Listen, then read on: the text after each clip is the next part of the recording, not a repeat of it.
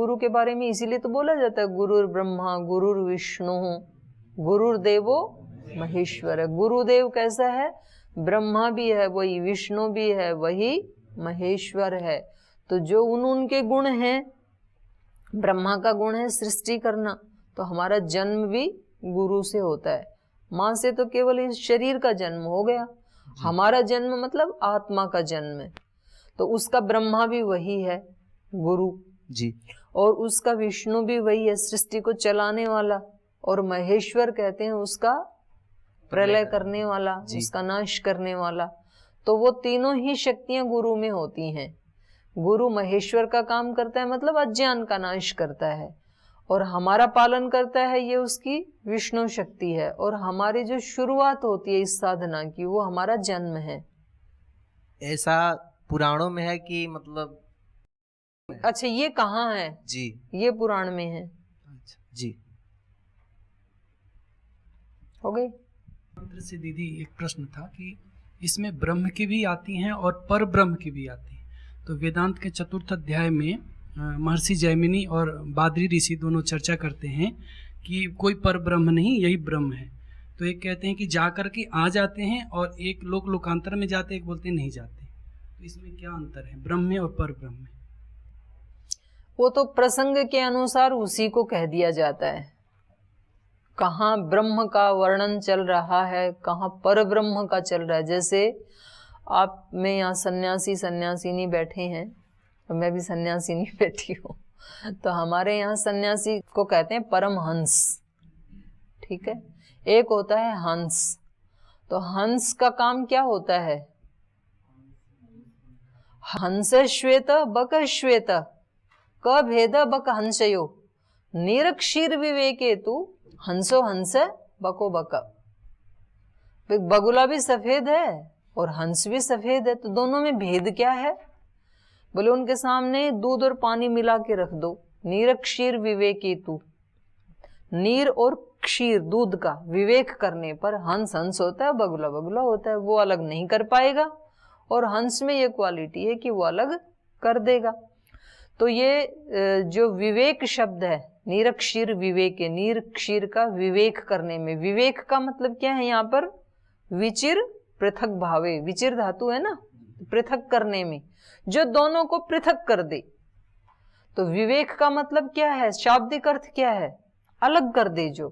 तो जो अलग कर दे वो तो हंस, लेकिन वो तो केवल पानी और दूध को ही अलग करता है।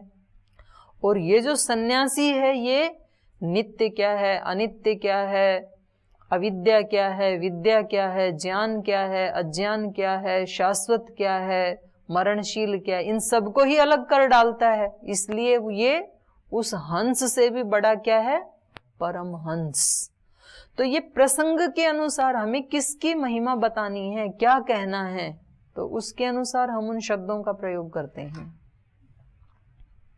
तो कल हम पढ़ रहे थे अथ ये च इह जीवा ये च प्रेता यच्च अन्यत इच्छन न लभते सर्वे तद अत्र गत्वा विन्दते।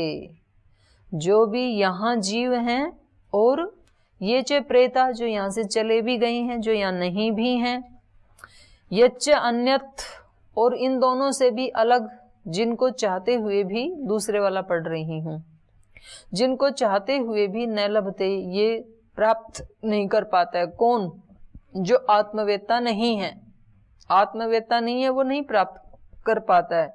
सर्वे तदत्र गत्वा विन्दते, लेकिन ये जो है ये व्यक्ति, ये इन सब को प्राप्त कर लेता है। तद अत्र गत्वा विन्दते, अत्र ही अस्य एते सत्या कामा अनृता पिधानः, क्योंकि ये जो सामान्य व्यक्ति है इसकी जो सत्य कामनाएं हैं ये क्या हैं? अनृत से ढकी हुई हैं, इसलिए ये उनको अभिव्यक्त नहीं कर पाता है। अनृता विधाना। तद्यथापि हिरण्य निधिम निहितम अक्षेत्रज्ञ उपरि उपरि संचरंत। तो जैसे मान लो हिरण्य निधि कहीं निहित हो, छिपी हुई हो, गड़ी हुई हो, कोई सोना गड़ा हुआ हो किसी के घर में और उन लोगों को पता नहीं है, वो अनृत से ढका हुआ है। सत्य तो है, स्वर्ण तो है, लेकिन ढका हुआ है, तो उसके ऊपर ऊपर संचरंत घूमते हुए भी न विंदेयु, उसको जान नहीं पाते हैं। एवं इमा सर्वाः प्रजा अहर अहर गच्छन्त्य एतम ब्रह्मलोकम न विंदन्ति अनृतेन ही प्रत्युढ़ा। इसी प्रकार से ये सारी प्रजाएं माने हम सब मनुष्य भी, हम सब आत्माएं भी अहर अहर गच्छन्त्य, प्रतिदिन उस ब्रह्म के पास जाते हैं। एतम ब्रह्मलोकम न विंदन्ति, लेकिन उस ब्रह्मलोक को प्राप्त नहीं कर पाते हैं। रोज रोज कब जाते हैं ब्रह्मलोक में, ब्रह्म के पास? सुषुप्ति अवस्था में जाते हैं, क्योंकि उस समय लोक होता नहीं है। तो ये आत्मा जो है हमारा ब्रह्म के साथ ही लीन होता है। तो किसी व्यक्ति को जैसे कभी बहुत ज्यादा थकान है, तो फिर उसको थोड़ी देर सुला दो, तो उसमें वो एनर्जी आ जाएगी। मान लो कोई व्यक्ति बोलते बोलते थक गया, तो उसको अब चुप कर दो, थोड़ी देर उसकी वाणी को बंद कर दो, भाई अभी बोलना नहीं है 2 घंटे। 2 घंटे के बाद फिर बोलने की शक्ति आ जाएगी उसके अंदर। किसी व्यक्ति को कंप्यूटर पे देखते देखते अब उसकी आंखें जो है वो दर्द करने लग गई, तो कहते हैं कि भाई अब इसकी आंखें ना बंद कर दो, थोड़ी देर इसको मत देखने दो, या तो आंखों पे काली पट्टी बांध दो, या तो इसको लिटा दो। फिर 2 घंटे के बाद वो फिर काम करने लग जाता है। तो ये कहाँ से आई? ये एनर्जी हम कहाँ से लाते हैं? अंदर से ही आती है ना, बाहर से तो कुछ इंजेक्शन दिया नहीं, डाली भी नहीं आंख में, ना वाणी में डाली। शरीर भी थक जाता है काम करते करते। मान लो आप कोई व्यायाम कर रहे थे, दंड बैठक लगा रहे थे, थक गए बहुत, फिर आपको कहीं इनको थोड़ा रेस्ट दे दो, अब फिर रेस्ट के बाद फिर शुरू हो जाती। तो ये शक्ति बाहर से तो नहीं डाली कुछ भी, तो कहाँ से आई? अंदर से ही आई। अंदर से आई तो 2 ही सोर्स हैं, या तो आत्मा से आई या तो परमात्मा से आई। तो यहाँ पर हम प्रतिदिन उस ब्रह्मलोक में जाते हैं, उसी को ब्रह्मलोक कहा है यहाँ पर। जो सुषुप्ति अवस्था में हम इन सब से हटके अंदर जाते हैं, ब्रह्म के पास जाते हैं, क्योंकि ब्रह्म में ही हम लीन हैं इस समय भी, अंदर भी और बाहर भी। तो उस समय इन सब से जब हम हट जाते हैं, अनृतापिधाना, ईश्वर के सिस्टम से, उस समय हम अनृत से हट जाते हैं, छूट जाते हैं। अनृत मतलब अनित्य, मरणशील। अनित्य क्या है? शरीर, इंद्रियां, मन। आत्मा की दृष्टि से तो मन भी अनित्य ही है ना। तो इनसे हम छूट जाते हैं उस समय जब गाढ़ निद्रा में होते हैं ना, तो ना मन काम कर रहा है, ना शरीर कर रहा है, ना इंद्रियां कर रही हैं, तो फिर ब्रह्म के साथ ही आत्मा। तो यद्यपि जाते तो रोज हैं उसके पास, लेकिन उसको महसूस नहीं कर पाते हैं, क्योंकि हमें उस समय ज्ञान नहीं है।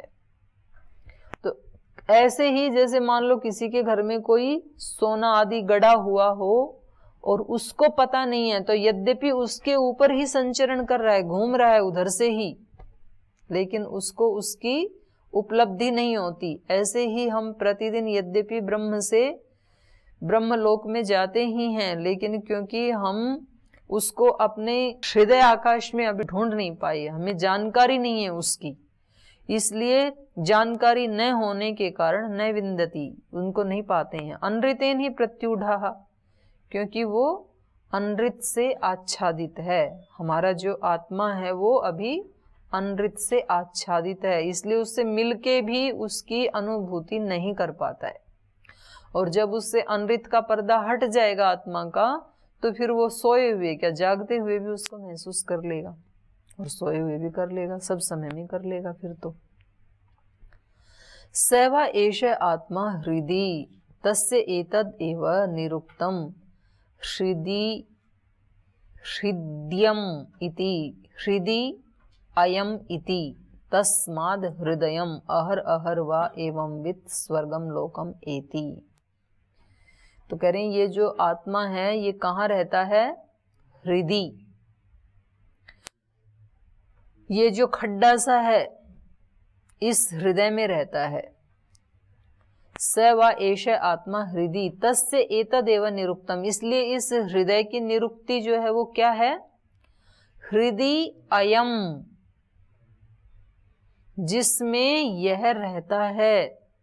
हृदय अयम हृदयम, उस हृदय में रहता है ये आत्मा। इसकी उपलब्धि का स्थान बता रहे हैं कि यद्यपि ऐसे तो चेतन तत्व है वो पूरे शरीर में ही व्याप्त है, लेकिन फिर भी उसको उपलब्ध करना है तो उसका निवास स्थान कहाँ है। मतलब जैसे मान लो कोई व्यक्ति बहुत सारे काम करता हो और वो मिल नहीं रहा है और हमें उससे मिलना जरूरी है, तो हम क्या पूछते हैं, भाई इसका घर कहाँ है ये पता लगाओ, तो इसके घर जाके मिलेंगे, वहां उसकी उपलब्धि हो सकती है। क्योंकि रात को सोने के लिए तो घर आएगा वो, तो उसका घर ढूंढते हैं हम। तो यद्यपि आत्मा तो पूरे शरीर में व्याप्त है, लेकिन अगर उसको ढूंढना है तो कहाँ ढूंढें, हृदय में। श्रद्धेय स्वामी सोमानंद जी महाराज भी ऐसे बोलते थे। वो बोलते थे कि ये तो आत्मा का ऑफिस है और इधर आत्मा का घर है। तो बोलते थे कि व्यक्ति ऑफिस में पूरे दिन काम करता है, शाम को घर आ जाता है, तो ये रात को जो है अब हृदय में होता है और दिन भर यहाँ रहता है, सब काम काज करता है। समझाने के लिए होते हैं दृष्टांत। तो ऐसा नहीं है कि वो कोई मनुष्य है जो ऐसे मतलब वो वॉकिंग करता है कि सुबह उधर जाना, जैसे हम फिर इमेजिन वही करते हैं ना। तो वो समझाने के लिए ऐसे बताते हैं कि उसकी उपलब्धि वहां होगी, वो उसका निवास है। स वा एष आत्मा हृदय तस्य एतदेव निरुक्तम, इसलिए उसकी ये निरुक्ति है, निर्वचन है। हृदय का यदि निर्वचन करना हो तो क्या कहेंगे, हृदय अयम। हृदय अयम इति हृदयम, इसीलिए उसका नाम हृदय है। तस्माद् हृदयम अहर अहर वा एवं वित्त स्वर्गम लोकम एति। तो जो अमर जी प्रश्न पूछ रहे थे तो उसका उत्तर यहां दे दिया इन्होंने। एवं वित्त, इस आत्मा को जानने वाला, ये जो इस हृदय में रहता है ना, इसको जानने वाला, एवं वित्त स्वर्गम लोकम एति, वो स्वर्ग लोक को प्राप्त कर लेता है। जो अपने हृदय में उसको जान लेता है तो ये उसको हृदय में जान लेना इतना बड़ा सुख है कि ये ही स्वर्ग है। स्वर्ग को प्राप्त कर लेता है मतलब जैसे ही उसको आत्मा का साक्षात्कार हुआ वैसे उसका शरीर मर गया, ऐसे नहीं है और फिर किसी लोक विशेष में गया, स्वर्ग लोक में गया, ऐसा अर्थ नहीं है। उसने अपने हृदय में उसको जान लिया तो वो सबसे बड़ा सुख है, वो ही स्वर्ग है। इसलिए यहाँ शब्द प्रयोग किया स्वर्गम लोकम एति, स्वर्ग लोक को प्राप्त कर लेता है जो उसको हृदय में जान लेता है। उसके बाद उसके शरीर को जितने वर्ष जीना है जिए, चक्र भ्रमणवत धृत शरीर है, शरीर धारण करके रहेगा जितना शरीर को वेग मिल गया जन्म के समय। तो उन्हीं को तो जीवन मुक्त कहते हैं, क्योंकि मुक्ति जब भी प्राप्त की जाएगी वो कब की जाएगी, जीवन काल में ही की जाएगी। क्योंकि मनुष्य शरीर में ही तो संभव है अज्ञान का नाश और विवेक की उत्पत्ति। तो शरीर मर ही गया तो कहां से विवेक की उत्पत्ति होगी। तो जब भी मुक्ति होगी वो कब होगी, जीते जी होगी, और फिर वो अंतिम जीवन होगा। उसके बाद उसको दोबारा जन्म लेने की आवश्यकता नहीं है। तो वो ही जीवन मुक्त जो कहा जाता है। अथ यह एष संप्रसादो प्रसादो अस्मात् शरीरात, रा छुटा हुआ है यहाँ पर, रा लगा लो, अस्मात् शरीरात समुत्थाय परम ज्योति उपसंपद्य स्वेन रूपेण अभिनिष्पद्यते। एष आत्मा इति हवाच एतद् अमृतम् अभयम् एतद् ब्रह्म इति तस्य हवा एतस्य ब्रह्मणो नाम सत्यम् इति। अथ य एष संप्रसाद अस्मात् शरीरात् समुत्थाय, तो बोले ये जो संप्रसाद, संप्रसाद मतलब निर्मलता, पाप रहितता। योग दर्शन में भी प्रसाद, अध्यात्म प्रसाद किसको कहा है, निर्विचार वैशारद्य अध्यात्म प्रसाद। निर्विचार की जहां विशारदा हो जाती है, विशारदा मतलब अत्यंत निर्मलता। निर्विचार समाधि को प्राप्त कर रोज लगाते लगाते लगाते और जैसे ही इसका चित्त अत्यंत निर्मल हो गया, अत्यंत निर्दोष हो गया, अत्यंत पवित्र हो गया। भाई जिस चीज का नाश करेंगे और जो नाशवान है तो उसका नाश करेंगे तो रोजाना थोड़ा थोड़ा कम होगा ना, और जो थोड़ा थोड़ा कम होगा तो एक दिन वो पूरा नष्ट भी हो जाएगा। तो पूरा जब वो नष्ट हो जाएगा तो जो शाश्वत है वो सामने आ जाएगा। तो ऐसे ही अज्ञान का नाश करते करते ये संप्रसाद वो ही वाला दृष्टांत यहां भी बता रहे हैं। अथ यह एष संप्रसाद, तो ये जो निर्मल आत्मा है, ये जो आत्मा की निर्मलता है, पवित्रता है, निर्दोषता है, संप्रसाद है। अस्मात् शरीरात् समुत्थाय, माने अंतर हृदय में विराजमान जो आत्मा की जो पवित्रता है, निर्दोषता है, संप्रसाद है, कैवल्य है, यह है अस्मात् शरीरात् समुत्थाय, इस शरीर से उठ करके परम ज्योति उपसंपद्य, उस परम ज्योति को प्राप्त करके स्वेन रूपेण अभिनिष्पद्यते, अपने निज स्वरूप में फिर प्रतिष्ठित हो जाता है, शरीर भाव से उठ जाता है। उस निर्मलता को एक बार प्राप्त कर लिया तो अब दोबारा वापस आने का चांस नहीं है। फिर वो शरीर भाव से ऊपर उठ करके निज स्वरूप में प्रतिष्ठित हो जाता है। वृत्ति सारूप्यम इतरत्र, जब तक स्वरूप में प्रतिष्ठित नहीं है तो वृत्ति सारूप्य रहेगा, जैसी वृत्ति है वैसा रहेगा। और एक बार अपने निज स्वरूप को इसने जान लिया, आत्मवेत्ता हो गया, तो फिर जब वहां पर पूछा ना कि जब इसके यहाँ वृत्ति नहीं होंगी चित्त में तब क्या होगा, तदा स्वरूपे अवस्थानम, तदा द्रष्टु स्वरूपे अवस्थानम, तदा स्वरूपे अवस्थानम, तब अपने स्वरूप में ये अवस्थित होगा ये दृष्टा आत्मवेत्ता। तो अथ य एष संप्रसादो अस्मात् शरीरात् समुत्थाय परम ज्योति उपसंपद्य, उस परम ज्योति को प्राप्त करके, परम ज्योति मतलब उत्तम ज्योति, उत्तम ज्योति मतलब यहाँ ब्रह्म को प्राप्त करके, क्योंकि ब्रह्म को प्राप्त करने में अनृत कामनाएं ही बीच में बाधा बनी हुई थी।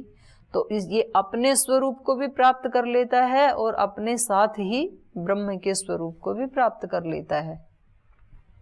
परम ज्योति उपसंपद्य स्वेन रूपेण अभिनिष्पद्यते, जब सूर्योदय होता है, प्रकाश होता है, तो हम अपने स्वरूप को भी देख पाते हैं और सारे जगत के स्वरूप को भी देख पाते हैं। तो दोनों काम एक साथ होते हैं ना, सूर्योदय का होते ही हमें बाहर का भी पूरा ब्रह्मांड दिखता है प्रकाश होते ही, और अपना खुद का भी दिखता है। तो अज्ञान के हटने से, अनृत के हटने से आत्म साक्षात्कार भी होता है और ब्रह्म साक्षात्कार भी होता है। और जिसने आत्म साक्षात्कार कर लिया उसने ब्रह्म साक्षात्कार कर लिया, जिसने अपने अंदर जान लिया उसने फिर पूरे ब्रह्मांड में जान लिया। तो ऋषियों ने कितनी हमारी सहायता की है कि जिस व्यक्ति की ये कामना है, जो सब कुछ जीतना चाहता है, तो उनके लिए कितना रास्ता बता दिया। नहीं तो व्यक्ति को कितने धक्के खाने पड़ते कि मुझे तो सर्ववेत्ता बनना है, मुझे तो सर्व विजयी बनना है, लेकिन बनूं कैसे। तो ये इन्होंने हमें रास्ता बता दिया कि तुम्हें बनना है तो तुम ऐसे चलो। जैसे मान लो आपको कुछ लोग आते हैं ना आजकल, जो बड़ी बड़ी जो कंपनियों के मालिक हैं और जो युवा पीढ़ी है, अब किसी युवक को ये कामना है कि मैं अपने जीवन में बहुत धन कमाऊं, धनवान बनूं, तो उसको लगता है कि मैं किससे मिलूं, कहाँ जाऊं, कहाँ नौकरी करूं। फिर वो कुछ जगह जाता है, वहां फिर उसको बेचारे को लिखा मिलता है नो वैकेंसी, वापस आ जाता है। और मान लो उसको कोई ऐसा व्यक्ति मिल जाए जो कहे कि आप मेरे को केवल 20 मिनट दो और मैं आपको वो बताऊंगा जिससे कि आप 1 महीने में 20 लाख रुपए कमाओगे, तो खुश हो जाएगा ना ये व्यक्ति। भाई ऐसा तो बता दो, मैं तो 20 साल से भटक रहा हूं, आप 20 मिनट में यदि मुझे ऐसा कुछ बता दो कि 1 महीने में 20 लाख कमाऊं, तो इससे अच्छा और क्या हो सकता है। फिर वो उसको टेक्निक बताते हैं और फिर वो ऐसा करने भी लगते हैं। मतलब ये कोई कल्पना नहीं है केवल, कुछ कंपनियों के वो एजेंट हो तो ऐसे तो समझाते हैं कि ऐसे करो, ऐसे करो, ऐसे करो, और फिर वो पुरुषार्थ करते करते ऐसे ऊपर बढ़ जाते हैं वो धनवान जो लोग हैं। तो वो केवल धन को प्राप्त कर पाएंगे, लेकिन क्योंकि वो एक शिक्षा दे सकते हैं। फिर वो कहेगा कि धन तो मैंने कमा लिया, लेकिन वेल्थ तो कमा लिया, लेकिन हेल्थ खो दी। जैसे आपने बताया वैसे मैंने पुरुषार्थ किया, तो पहले वेल्थ तो पाया लेकिन हेल्थ चला गया। तो पहले वेल्थ को पाने के लिए हेल्थ को खोया, अब हेल्थ को पाने के लिए वेल्थ खोना पड़ता है, तो फिर अधूरा रहा ना वो ज्ञान तो। और हेल्थ वेल्थ दोनों मिल गए तो फिर अब और कोई चीज की कमी रह गई, संबंधों की कमी रह गई।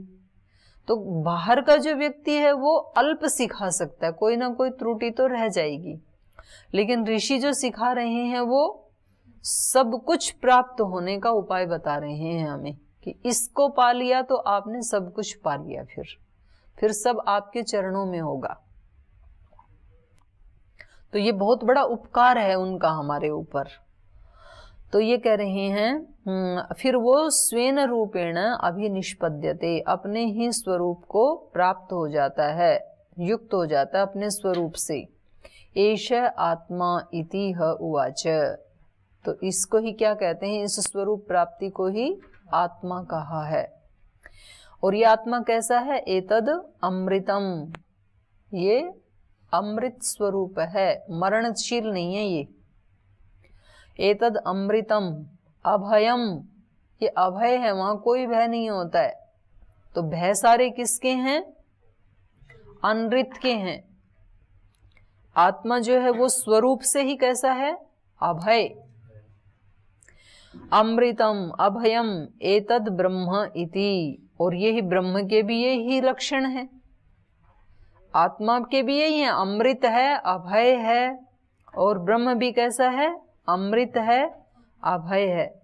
अमृतम एतद अमृतम अभयम एतद ब्रह्म इति, तस्य ह व एतस्य ब्रह्मणो नाम सत्यम इति, और इस ब्रह्म का नाम ही सत्य भी है, क्योंकि वो कभी नष्ट नहीं होता है। सत्य का मतलब ही ये है कि जिसमें कभी कोई चेंज ना हो, उसी को तो सत्य कहेंगे। जो चेंज हो जाता है वो काहे का सत्य। तो शरीर सत्य नहीं है, क्योंकि शरीर में परिवर्तन होते हैं, और जिसमें कोई परिवर्तन ना हो, जो त्रिकाल में एक ही जैसा रहे, उसको कहेंगे सत्य। तो वैसा तो आत्मा है और परमात्मा है। चलो एक और पढ़ते हैं इसका।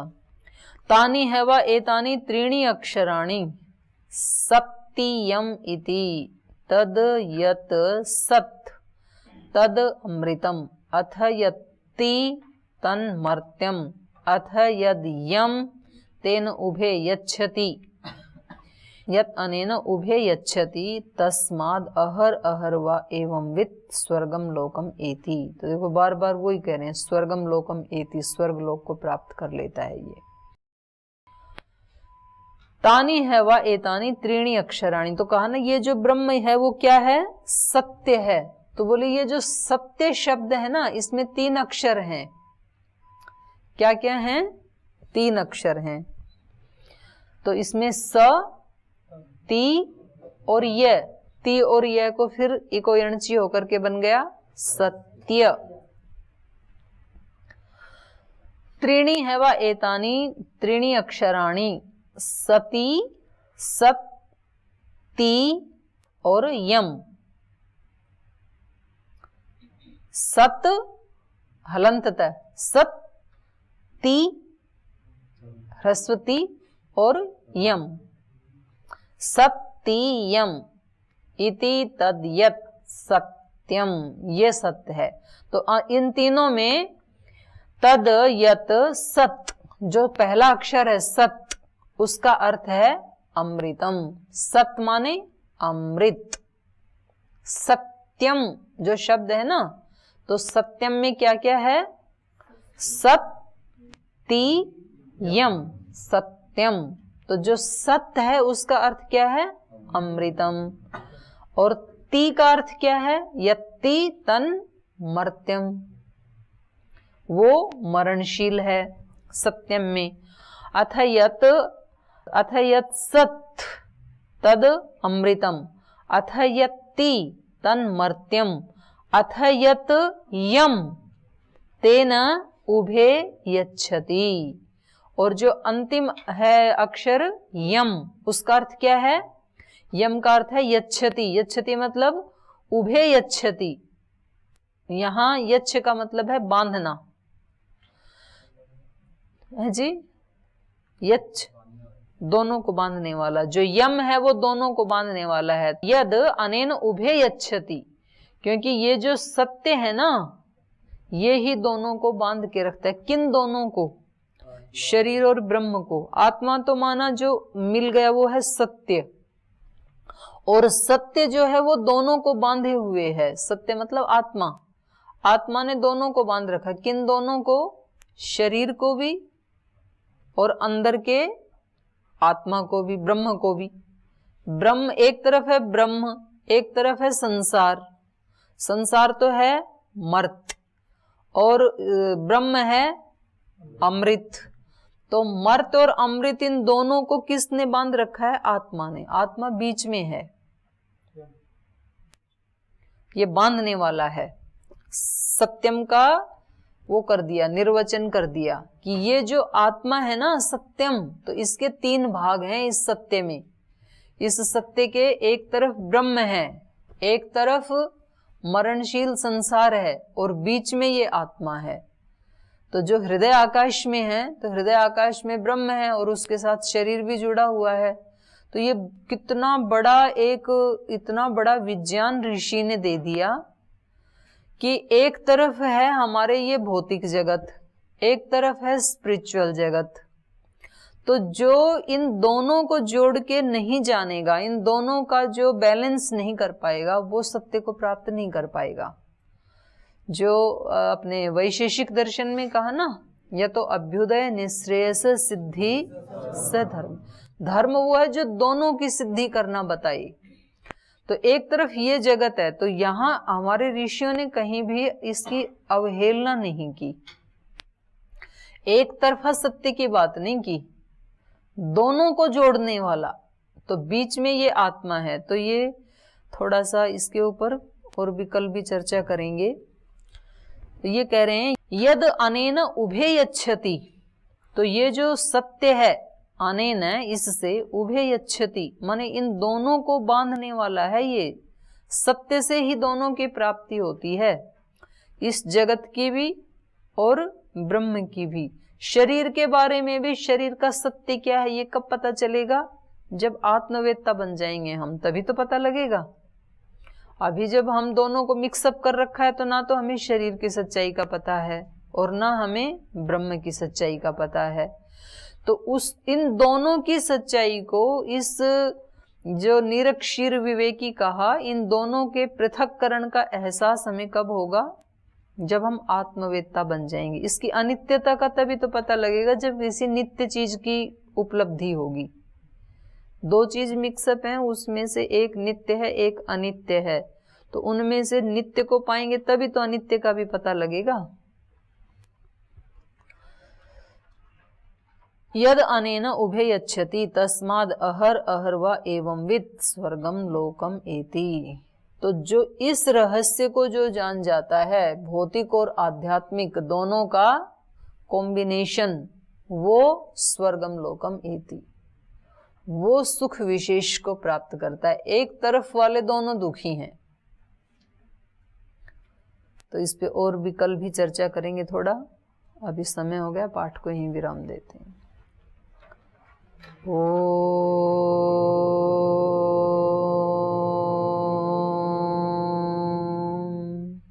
शांति शांति शांति।